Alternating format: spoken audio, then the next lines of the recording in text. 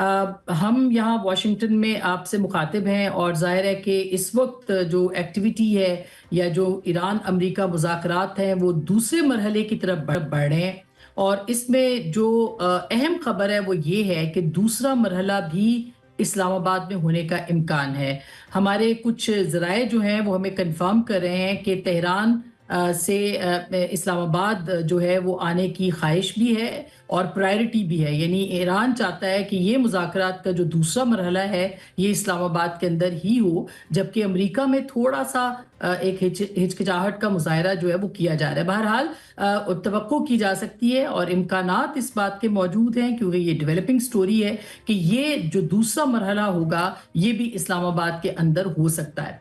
अब मेज़ के ऊपर क्या है, इसके ऊपर हम बात करेंगे। कुछ शराइत जो हैं वो अमेरिका की जानिब से आई हैं, कुछ शराइत जो है वो ईरान की जानिब से आई हैं। और कल अब्बास अरागची साहब ने एक स्टेटमेंट दिया, एक पोस्ट की कि बिल्कुल सब मामला जो थे वो तय पा गए थे कि अचानक अमेरिका की जानिब से जो है वो रखना डाला गया। वो कौन से ऐसे मामलात हैं? यूरेनियम की अफजूदगी से मुताल्लिक, उसकी अमेरिका कह रहा है कि 20 साल के लिए रोका जाए, ईरान कह रहा है कि 5 साल के लिए रोका जाए। कहाँ पर आकर मुज़ाकरात जो है वो हो सकते हैं, वो कौन से नुकात हैं जिसके ऊपर बातचीत हो सकती है, इसके ऊपर हम आज के इस प्रोग्राम में बात करेंगे। अमेरिका में इस वक्त वाशिंगटन में ये बात हो रही है कि प्रेसिडेंट ट्रंप अपनी काबीना को ऑन बोर्ड ले रहे हैं और उनसे मुशावरत का अमल जारी है। जेडी वेंस ये कह रहे हैं कि मुज़ाकरात अगले मरहले के अंदर जा रहे हैं। तो इसका मतलब ये है कि अमेरिका भरपूर तरीके से मुज़ाकरात की तरफ जो है वो बढ़ रहा है और इसी तरह से तेहरान भी।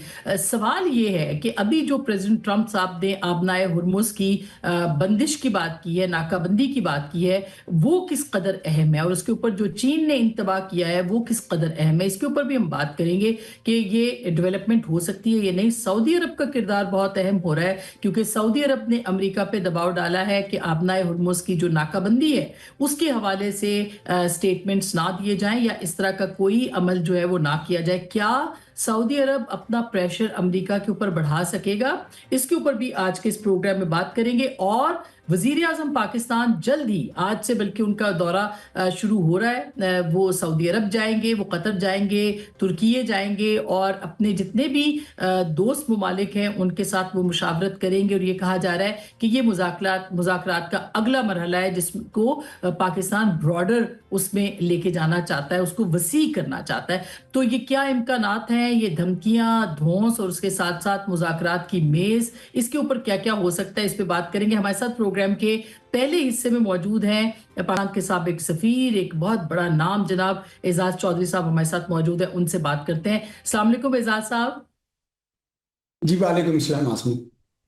सर बहुत बहुत शुक्रिया, आपने हमें वक्त दिया है। मैं ये जानना चाह रही हूँ कि इस वक्त जो इस्लामाबाद के अंदर दूसरे मरहले की तैयारी कहा जा रहा है कि हो रही है और इम्कानात इस बात के मौजूद हैं, आपको क्या लगता है बात कहाँ खत्म हुई थी और कहाँ से शुरू हो सकती है? जी बहुत शुक्रिया।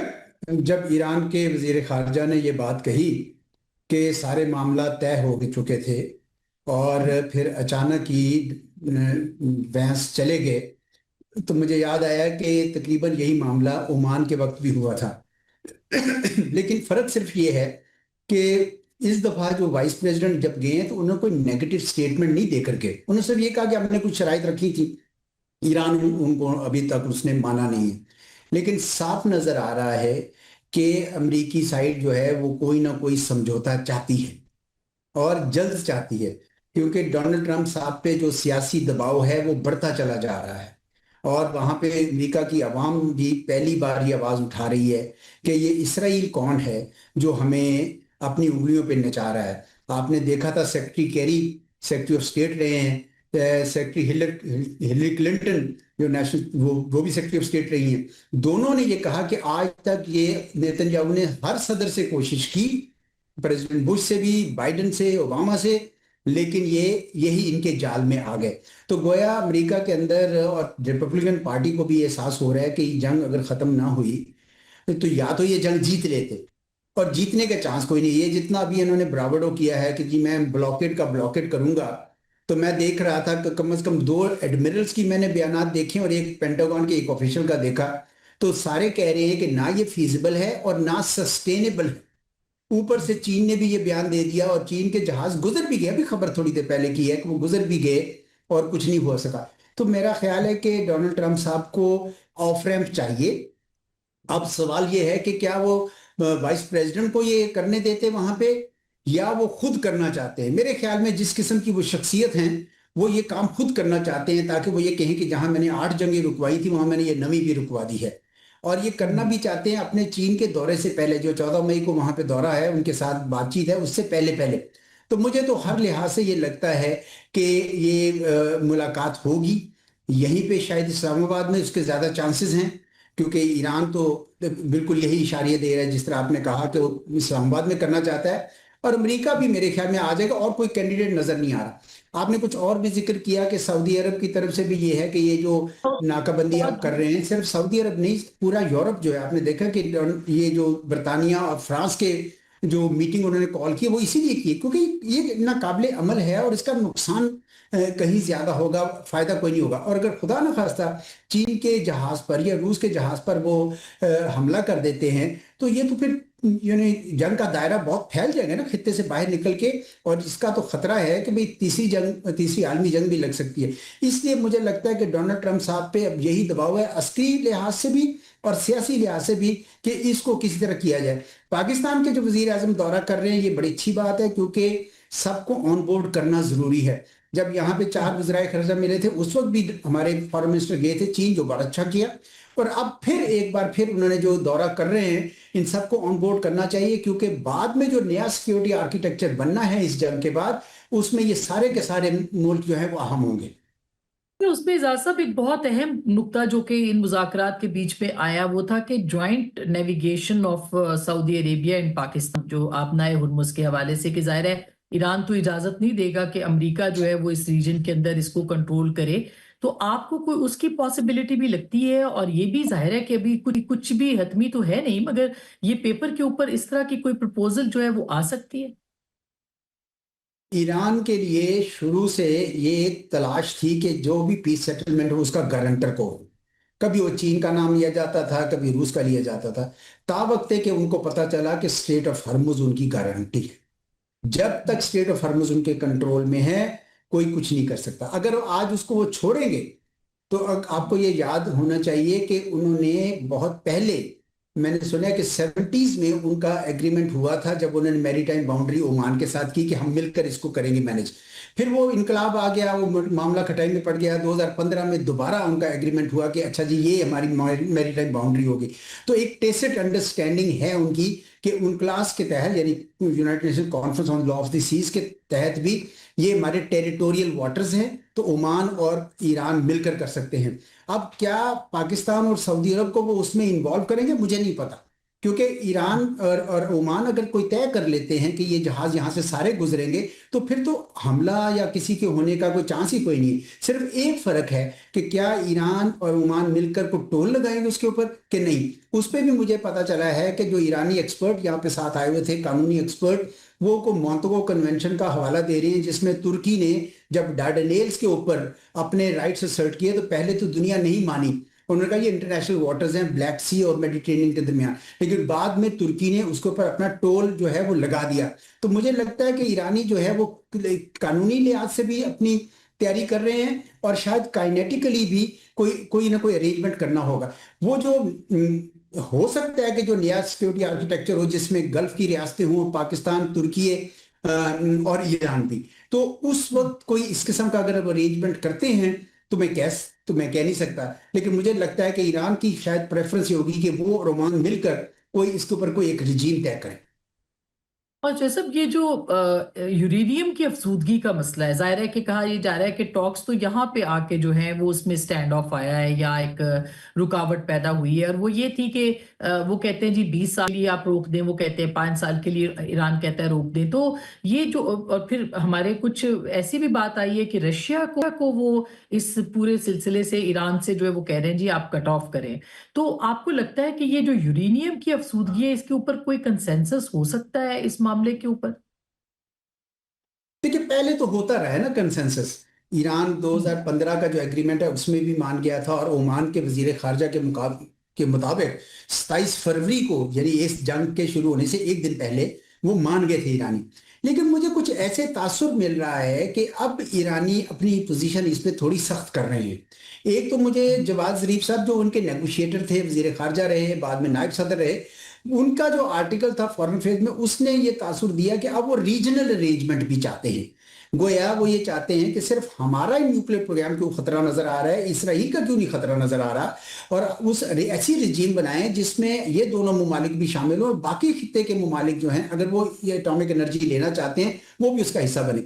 मुझे नहीं पता कि वो इस वक्त वो तय हो सकेगा कि नहीं हो सकेगा, लेकिन ये जरूर है कि ईरान कोई ना कोई कंसेशन इसके ऊपर दे देगा, क्योंकि वक्ती तौर पर ईरान को ये अमन का मुआहदा उतना ही चाहिए जितना अमेरिका को चाहिए, और चूंकि ये पहले दे चुके हैं ये, और इनके ऊपर अभी तक तो पुराने जो आयतुल्ला थे, पुराने दो इमाम जो थे, उनकी तरफ से तो वही फतवा था कि भाई ये न्यूक्लियर वेपन नहीं बनाने चाहिए। अब नए इमाम जो है या नए राहबर जो हैं वो जब रूबसहत हो जाएंगे और वो फिर अपनी पॉलिसी वाजे करेंगे तो उसको पता चलेगा।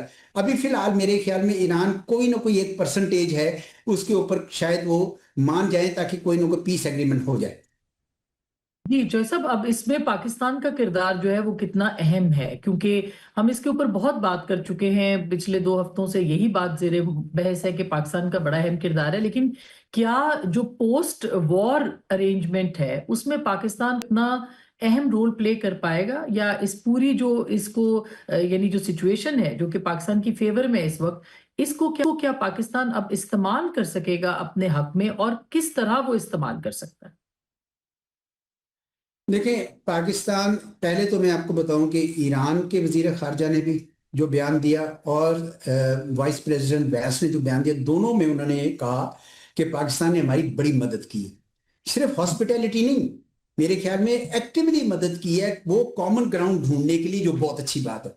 अब अगर बाद में जब कोई एग्रीमेंट हो जाता है और कोई किसी किस्म का नया सिक्योरिटी आर्किटेक्चर बनता है, क्योंकि अमेरिका के जो अड्डे हैं वो अब उस तरह की इंश्योरेंस नहीं दे रहे हैं खलीजी रियासतों को, तो जो उसमें पाकिस्तान का यकीनन किरदार होगा। पहले ही बात हो रही है कि जीसीसी के मुल्क तुर्की और पाकिस्तान, और शायद उसमें मिस्र भी आना चाहे, और शायद उसको ईरान को भी शामिल करना पड़े, और चीन का और रूस का भी उसके ऊपर थोड़ा बहुत इन्फ्लुएंस होगा, तो पाकिस्तान बिल्कुल इसके बीच में होगा।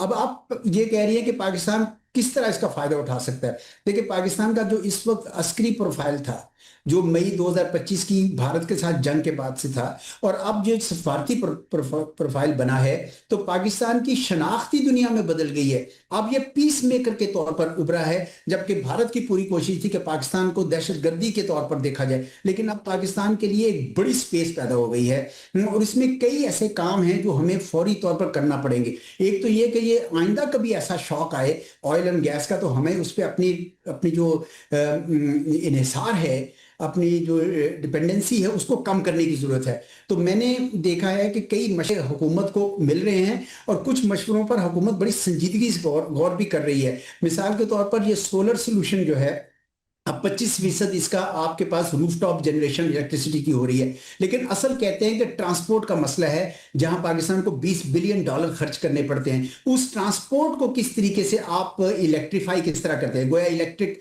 व्हीकल्स जो इस वक्त सिर्फ 1% ऑफ द टोटल व्हीकल्स हैं, उनको किस तरीके से ज्यादा बना सकते हैं। फिर आप रेल नेटवर्क को इलेक्ट्रीफाई करें, और उसको फिर अपना जो आपका मिनरल डेवलपमेंट को सोलराइज करें, और अपनी एग्रीकल्चरल को जो अब ट्यूबवेल चलते हैं ये वो सारा सोलराइज करें। सिर्फ इसके अंदर जो एक मसाइल थे वो थे आईपीपीज के, और मुझे पता चला है कि उसके ऊपर काफी बातचीत तेजी से चल रही है रीनेगोशिएट करने की उन एग्रीमेंट को। तो अगर ये हो जाए तो मैं समझता हूँ कि इस मैदान में पाकिस्तान की जो डिपेंडेंसी थी ऑन ऑयल एंड गैस में काफी हद तक कम हो सकती है। दूसरा तरीका यह है कि पाकिस्तान एक बार फिर हब बन सकता है। देखिए, अब जो स्टेट ऑफ हॉर्मुज के अंदर फंसी हुई हैं बंदरगाहें, उनकी बनिस्बत पाकिस्तान की जो बंदरगाहें हैं, कराची है, पोर्ट कासिम है, हत्ता के गवादर भी, ये कहीं ज्यादा बेहतर है। तो कनेक्टिविटी के लिए और ट्रांसशिपमेंट के लिए पाकिस्तान की बंदरगाहें कहीं ज्यादा है, और हमें उसकी पूरी तरह तैयारी भी करनी चाहिए। और तीसरा ये है कि जो कैपिटल पाकिस्तान से गया था, हमने सुना है कि खाली यूएई के अंदर $18 बिलियन गए थे। एक मलिक ऐसा भी सुना है $6 बिलियन ले गए, खुदा जाने ये फिक्र सही है कि नहीं। लेकिन अब मैंने यूएई के अंदर बहुत सारी एडवर्टीजमेंट्स देख रहा हूं कि जनाब आप अगर हमारे पास आना चाहें तो हम आपको रेजिडेंट परमिट की भी जरूरत नहीं है, आप कंपनी खोल सकते हैं, आप हमारे बैंक में पैसे रखेंगे तो हम 1.5% ज्यादा देंगे ओवर एंड अबव वगैरह वगैरह। हमें भी अब इंसेंटिवाइज करना चाहिए कि वो कैपिटल जो गया है, इस वक्त पाकिस्तान की हवा अच्छी है, उसको वापस लेकर आए किसी न किसी तरीके से। तो काफी काम है जो इस वक्त मेरा ख्याल है हुकूमत बड़ी संजीदगी से गौर कर रही है। अगर वो करे सारी तो मैं समझता पाकिस्तान के आम आदमी को भी बहुत फायदा होगा और पाकिस्तान की इक्तिसाद के लिए अल्हम्दुलिल्लाह अच्छे दिन नजर आ रहे हैं मुझे। इम्पोर्टेंट सर, आपने बड़े जबरदस्त तरीके से इसको बयान किया है। आज अभी थोड़ी देर पहले मोहसिन नकवी साहब ने भी कुछ इंसेंटिव्स दिए हैं जो कि इस बात का, आपकी जो बात है उसको वो कंफर्म करें। ये भी बताइए कि ये जो पाकिस्तान ईरान गैस पाइपलाइन है, इसकी क्या इसको शामिल कर सकते हैं कि पाकिस्तान को इजाजत दी जाए कि अपने हिस्से की जो गैस है वो यहाँ से, या पाइपलाइन जो है वो यहाँ से बना सके। तो क्या पाकिस्तान इसका लेवरेज ले सकता है इन पूरी टॉक्स का कि हमें बदले में कम से कम गैस पाइपलाइन और एक दो और जो चीजें हैं उसके ऊपर पाकिस्तान निगोशिएट कर सके? देखिए, इकोनॉमिक सैंक्शंस मुझे नहीं पता इस पीस सेटलमेंट में इकोनॉमिक सैंक्शन उतर रही है कि नहीं। ईरान की तो डिमांड है कि इकोनॉमिक सैंक्शंस भी आप खत्म करें और हमारे फ्रोजन एसेट्स जो है वो भी आप हमें रिलीज करें। मुझे नहीं पता उसमें शामिल हो सकेंगे कि नहीं। लेकिन आप सही कह रही हैं कि पाकिस्तान की कोशिश होनी चाहिए कि ये एक एक्सेप्शन जो है हम उधर से ले ले। अब उसमें जो मसला है वो सिर्फ ये है कि उसकी जो पाइपलाइन है, यानी अगर गवादर तक लाते हैं वो तो 70 किलोमीटर, ईरान वाला वो पार्ट आसान है।